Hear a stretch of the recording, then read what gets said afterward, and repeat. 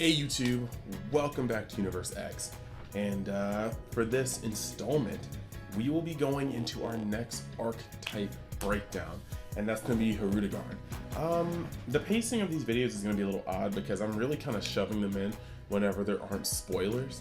I really wanted to talk about the secret rare today, however, out of respect for both Espira and London Players Guild, I'm just going to let that breathe for a couple days, let those views come in, the funnel do its thing, and I will give my own thoughts about it at a later date. But you can go down in the description and go see both the reveal that was done live on Espira TCG channel earlier this morning, or you can go to London Players Guild and watch the actual match that they had, which was King Vegeta versus Mechagodzilla for the ability to reveal the secret. Moving on, as per usual, if you haven't been on the Facebook group yet, try doing so. Link will be in the description, as well as the link to my Discord, so you can talk about all sorts of cool anime nerd things, and we have a good time there. Next, I was just about to say that we are still grinding, getting closer to that 1K, and so every bit of support helps. And yeah, I'm looking forward to hitting that milestone with you guys in tow and seeing what celebrations we can plan next. This is going to be the final video that I remind people that the contest winners were announced. So please look at that video. It'll be in the description as well, and you can check out to see if you were a winner, if you entered. And I just wanted to make sure that everybody gets their prizes in tow before I start sending out. So today we're going to be doing the Hirudegarn deck from this next set from Cross Spirits. I have a lot of thoughts about it, but I want to show you guys the breakdown of what I've done, and then show you guys as well a couple turns as per usual, so we can really get down to the meat and potatoes of this deck and you can see what it's about. So let's actually waste no more time and let's go directly into the screen cap. So we are here for the deck list. Like I said, until I know everything's up, I mean, we're gonna go to a better deck list site, or at least for displaying is soon enough, but for now this is the best we can do, so we're gonna jump into it. And as I was saying in the previous videos, please, if you like the content, leave a like, leave a comment. It really helps the YouTube algorithm so my videos start floating to the top. And if you really like the content, hit that subscribe button because there's only more to come. So we're gonna get right into this, and we've got first the leader card. I will leave the link to the Hirudegarn breakdown. None of these should be new if you have been subscribed to my channel, and if you aren't, just go back to these videos and I check the entire effect breakdown. So I'm gonna go through these pretty quick. But you've got the new Hirudegarn from set 14, okay? Now, the couple things I built this deck in mind with is the chain, okay? So the leader, of course, on his front side is going to discard a card. Well, you're gonna look at top 5, pick any card from that, grab it to your hand, and then you're going to discard a card. Cool. Next, the other thing that you need to look at is the chain. Okay, the chain starts with this guy, and this guy can either spirit boost 1 for 1 blue. He can play this card from the drop area and then choose 1 card in your hand, discard it. Or if your leader card is Blue Phantom Demon and you choose one of your blue hero cards in your battle area, you can play this card from your drop area on top of the chosen card. These are the 2 main effects, and of course limit 1, discard this card from your hand, leave the top 7. But those 2 first effects are your 2 main effects, and they're very, very important. Now you look at the next card in the chain, we got Hirudegarn Catastrophic Combination. Barrier dual attack, the bear is very important. He's got an EX evolve, and when he's played, you bounce up on his battle card with 4 or less, return it to the owner's hand, and then limit 1. You can also pay 2 blue with your opponent. If your opponent has 4 more energy, and you can play the green Hirudegarn. This is meant so you can kind of deviate into the green line that was in draft box, but through just initial testing, maybe it'll change up later. Through initial testing, I really didn't feel having the green cards in here. And then the last part, Hirudegarn Calamity Complete. This guy EX evolves for 2, and if your leader card is a Blue Phantom Demon card, when this card is played, draw 1 card and then choose up to 1 of your opponent's battle cards and place it at the bottom of the owner's deck. At the end of the turn, switch this card and up to 1 of your energy to active mode. Okay, that's really, really cool. And then of course, if you have 4 more energy and you send 2 hero cards from your drop area to the warp, this card gains triple strike for the turn. Okay, so here's the thing. Against certain decks, this is not cool because, like Hazy Shinran can blow this guy off the map. However, against a fair amount of decks, you can turn this guy triple strike and swing him sideways and just let your opponent deal with it. He's a 30k triple strike. Triple flash did it really well, and you know, people hated that card. This card can go in, albeit it is later in the game because you have to have 4 more energy. Now, the thing that kind of strikes me about this card is you do have to send 2 hero cards from your drop area to the warp, and that automatically makes me feel like this deck is not really a candidate for Overwhelm, because if you want to use this card to the fullest, you have to have a drop. So the next parts outside of this chain, okay, we're going to go into the fact that to play the 3-drop, you need to be able to put it on top of a hero. And you're not really going to want to be putting it on top of Beatstick Swing Boy. So I have 4 of the Tapion Hero, the Calamity. Yeah, when this card is played, you're going to just look at the top 5. He's a searcher, but he's a 1-drop hero, and so he's easy to play. Now, this guy is also cool, all right? Minosha, Calamity Challenger. He's going to be able to be discarded by a blue effect and then come to your field as a blocker. So you can discard him and still gain a body. This is actually very, very, very, very good. Now, the other thing about this leader is that he does awaken when you use when you have a, not that leader, he does awaken when you have a Minosha and a Tapion in your 1 blue Minosha, 1 blue Tapion in your drop area. So what this is also going to allow you to do is I mean, you can put this guy up early, block an attack with him, and awaken because of it. You can have this guy discarded. You can discard any of these for leader effects. You can combo with them. There's a whole plethora of ways. But you also help that. You got Tapion, Fate of a Hero. You can pay blue or green. If your leader card is a green or Phantom Demon card, you can discard this card from your hand, choose one, draw one, and play this card from the drop area at the end of the turn. Or you can activate 1 sealed music box from your deck and shuffle your deck. Because we're talking about that card, we're going to go over to sealed music box. Comes into play as a field card. Look at the top 7, add up to 1 Hirudegarn, Tapion, or Minosha, or Green Unison with a specified cost of 1. So he's this is pretty much search all for your deck. Next, we're going to get into the super combo. I still think Hoy is still very, very good for this deck. I mean, you can do the tuck 1 shuffle, but this guy allows you to discard, and he's a blue card. So you're going to be able to place cards like Minosha into your grave. You can drop a Minosha, right? And then you can also just put the Minosha back on board, but also draw 2. Sometimes no minuses. Awesome. The next little bit of this, of course, we do have Tapion, the Beatstick. I mean, he's just amazing pressure and he cantrips. I love this guy. I think he's actually just a really, really solid blue card. And then the rest of it just kind of comes together, I suppose. You have to play Baby Hatch. I mean, he's the best blue secret rare in the game. No other card does what he does. I play Hoy, Bringer of Calamity at 3. You don't really need him to start the game or to play the game efficiently, but he's always good. There's just a fair amount of ways you can get him.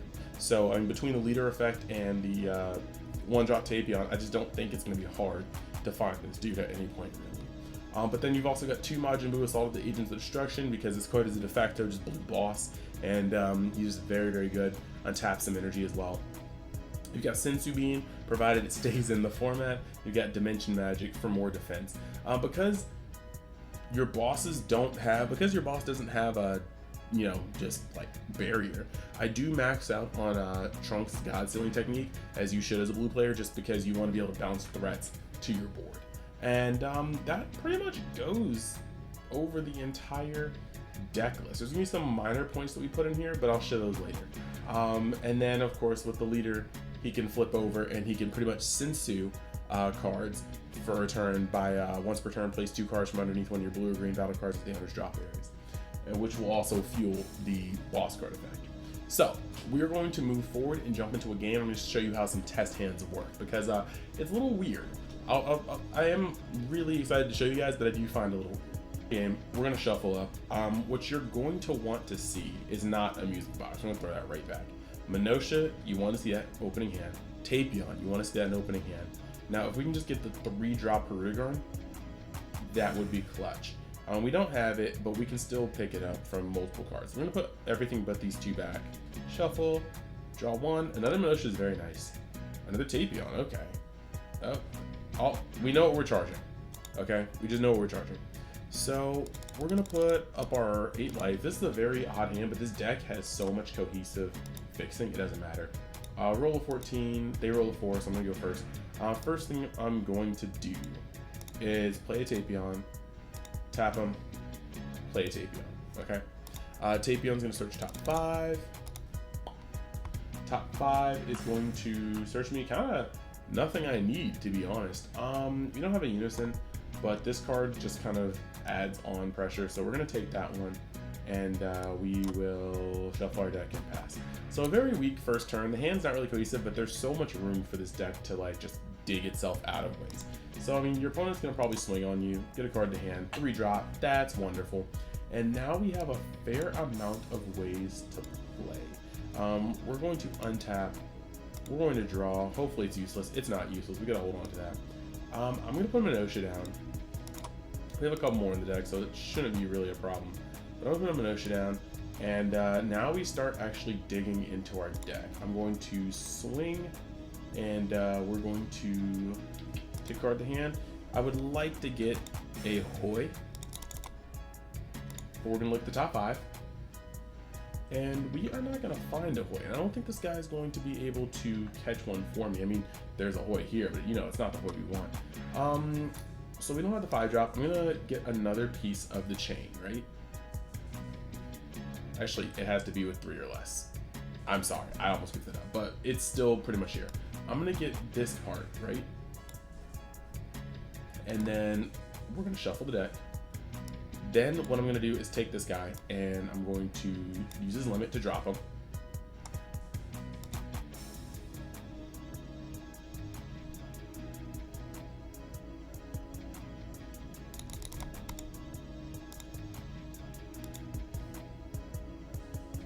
We're gonna look at top 7, and then we are going to take 1 Phantom Demon to the hand, and it'll be this one. So see what I mean by like none of the cards are hard to really get a hold of.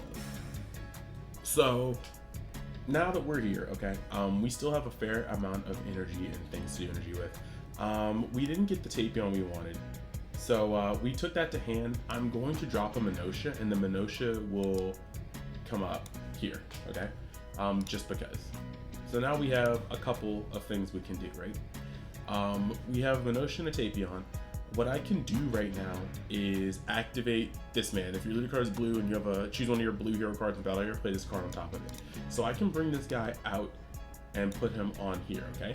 After putting him on here, I can then pay 1 blue energy to play this guy on top of him. Yep. And now that I've done this, we can start pressuring a little bit. We can punch for 15. He's got dual attack, so he's gonna untap. And once he untaps, you know, he's got barrier. So we can kind of sit pretty here. This early in the game, it's turn 2. I have 6 life. I think I can afford to see if I can set up my next turn. So we're gonna go into 1 more of these guys, and then I'm going to check the top 5 of my deck 1 more time for a hero, or, yep, there we go, Hoy right there. So I'll take that. A little late, but better late than never. We're gonna shuffle and we're gonna pass. Now, the way we have these here, we have 6 life, right? We can easily just take those 2 life. Like, we just don't care. If they swing with their leader, that's fine. If we feel like we need to put a Minotia in grave, like, we can do that. If they're gonna swing at our leader, or, you know, just whatever, like, if they try to threaten us with critical pressure, there's a whole lot we can do here. A whole lot. So I would just actually put this down. Like, you can really block something. You're gonna take life next turn anyway. So this is where stuff kind of gets like pretty cool, because now on turn 3, you're gonna really be able to lay into your opponent. Playing cards like this, you're gonna be able to draw, right? We have 3 of these Tapions. That's all the copies in our deck, but it is what it is. So what I'm gonna do here is place this there, right? So now we have 3. This is going to be where the deck starts to get like a little cool. Be able to do things like tap tap for Hoy, right? Hoy's going to come out, and he's going to come out with 2 counters on him. And now you can do things like swing for 10k. Don't know if your opponent's going to be awakened. Most opponents start awakening at this point of the game. So we're gonna swing here, right? We're gonna take 1 card from life to hand, so now we can activate our hoist. Oh, that Sensu Bean is actually huge. After doing that, we're gonna look at the top 5 and secure our baby hatch. I'm telling you, this deck never fails to take baby hatch. After we get the baby hatch, we're gonna discard Minosha. Minosha's gonna discard. Minosha is going to come back. Since I just brought back a card in my turn, I'm gonna add 1 more marker to this card. Let's see. Yep. So we're gonna add 1 more marker to this card. That's tight. This pseudo little go-go effect. And then after doing that, I mean, you can also awaken at this point too. Like, you can literally, we're at 4 life, so we can awaken after shuffling, that is. Drawing 1 and opening up 1 energy. I think at this point, just because I think this is where we're going with this turn anyway, we Sensu Bean on this Hirudegarn, bringing him up to +5. Because after we do that, the next step is reaching further into our deck. We are going to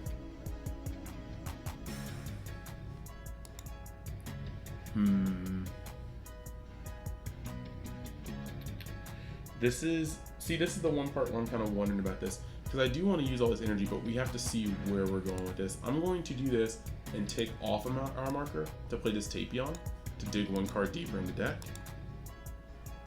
Dimensional Magic, okay. Now I'm going to +1 to draw a card.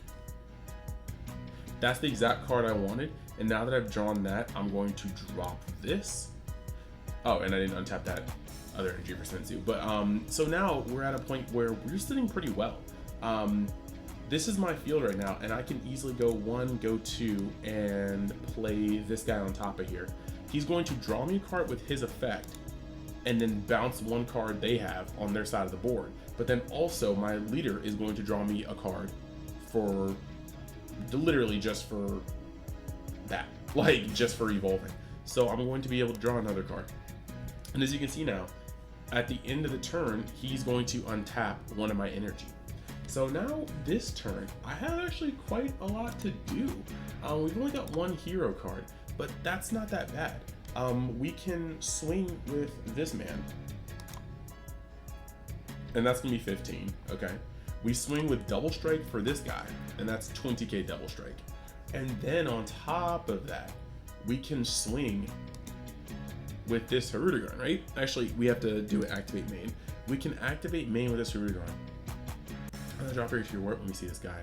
Once per turn, activate battle. Okay, so this is one of the things that is kind of different. So when we swing with this guy, we would have to activate the activate battle to put 2 cards into the trash. And we have to make sure 1 of them is a hero. Otherwise, this doesn't work. Then in the activate main, and we give him the 5k, so he's at 35k right now. Then in the activate main, we're gonna move 2 heroes from the warp, or from the drop to the warp, and now he's triple strike 35k. All right, so now we can swing for a triple strike 35k on turn 3. That's not small. That really isn't small. And as you can see at the end of the turn, we untap this. And not only do we untap this, we have Baby Hatch, God Sealing, D-Magic, and Sensu Bean. So I don't think, there's literally no way I'm dying next turn. But on top of not dying next turn, I mean, you can see how the following turn, there's still gas, you know? You draw into not gas, I mean, that's fine. I mean, you could keep the Majin Buu in hand. Like, there's no reason not to keep the Majin Buu in hand. But I mean, like I said, this is a pretty solid turn. I only have 2 Majin Buus, but you know, I don't want to run out of God Ceilings. So I mean, you could easily put a Majin Buu down here, and the world is your oyster right now. Like, I can actually, if I blocked an attack with this guy, that's 1 hero. You know, if I comboed again during their turn, that's another hero. We can already use the double strike effect of the, or triple strike effect of this guy again.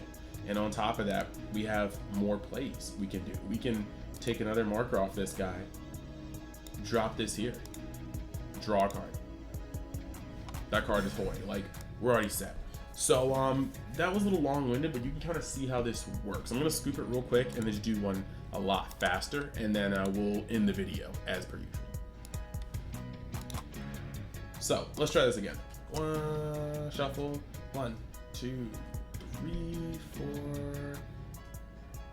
If we can see a Minotia, this hand is perfect for this deck. I think that's the way. We're gonna shuffle and we're gonna draw 2 cards. Okay. So none of this is bad. None of this is bad at all. We're going to put the proper life up. This will be going second because the other one went first. So we're gonna draw an extra card. It's not really that hard to see what we're gonna do here. We have a lot of options. I do want to use my search twice just in case my hand doesn't get better. And it's so easy to find these guys. So at the end of the day, I think we just put this guy down. But he's such an important starter. We have so much to line under him. I think we don't need to find the Minotia that hard. We just put that down, right? And then from here, we can swing. But we do kind of want to be able to discard Minotia if necessary. Okay, yeah. So I think the proper move is to play this guy. After playing this guy, we're going to look at the top 5 of our deck. And literally just take the Minotia. I mean, I don't know what you want me to do here. So we're gonna take the Minotia, and after taking the Minotia, we can just discard him and play him. After discarding and playing him, we can actually just, let's see, discard this on top of my, discard that, and we can search the top 7 for another Hirudegarn. We already have almost the entire chain, so we really just need the big boy. Oh, and we whiffed there. That doesn't happen often in this deck, but I mean, sometimes it is and it is. So we can now just chill. I think we can now just chill here. And then of course they're going to hit us. That's just is what it is. Another Tapion. So now we get to draw. Right on cue. Tough, but we pretty much have everything we need here, so I don't think it's that much of a stretch to just be up on that. So we're gonna play the Hoy Unison. And after playing the Hoy Unison, there's so much we can do here, but yeah, I mean, after playing the Hoy Unison, we have a couple moves. I think we're just gonna bring that on Homeboy right here, giving him the extra counter. We don't have much of a hand, but that Tapion is kind of useless, so we're gonna activate his +1 to draw, and then put this Tapion down. We have 7 life. Oh, did I not take life? Yeah, I didn't take life when they swung at me, so I should have 1 more card in hand. That's my bad. This time swinging with the leader to draw a card, and then we're gonna look at the top 5.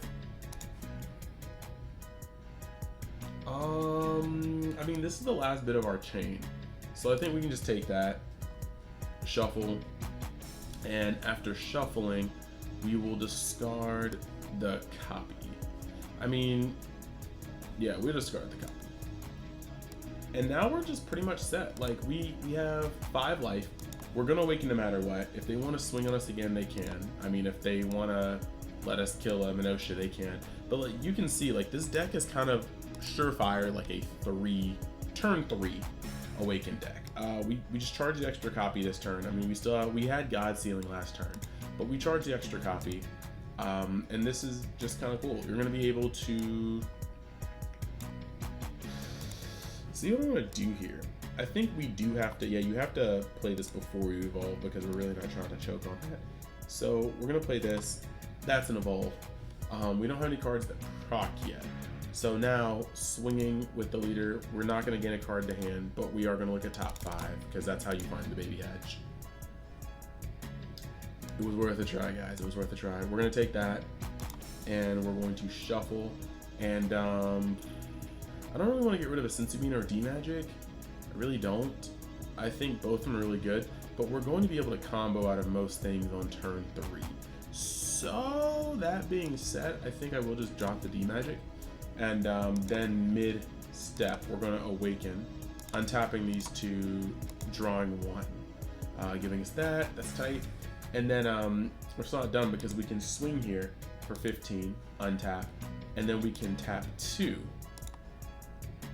to play this big boy. Draw 1 from his effect. Cool. Draw 1 from our leader's effect. I shuffle my deck for no reason. Sensuin. We're still going to be able to untap at the beginning of the turn. So that's pretty much where we're at. I mean, you're going to be able to punch with this guy. You can punch with a 30k. At this point, can you make him double strike? Yes.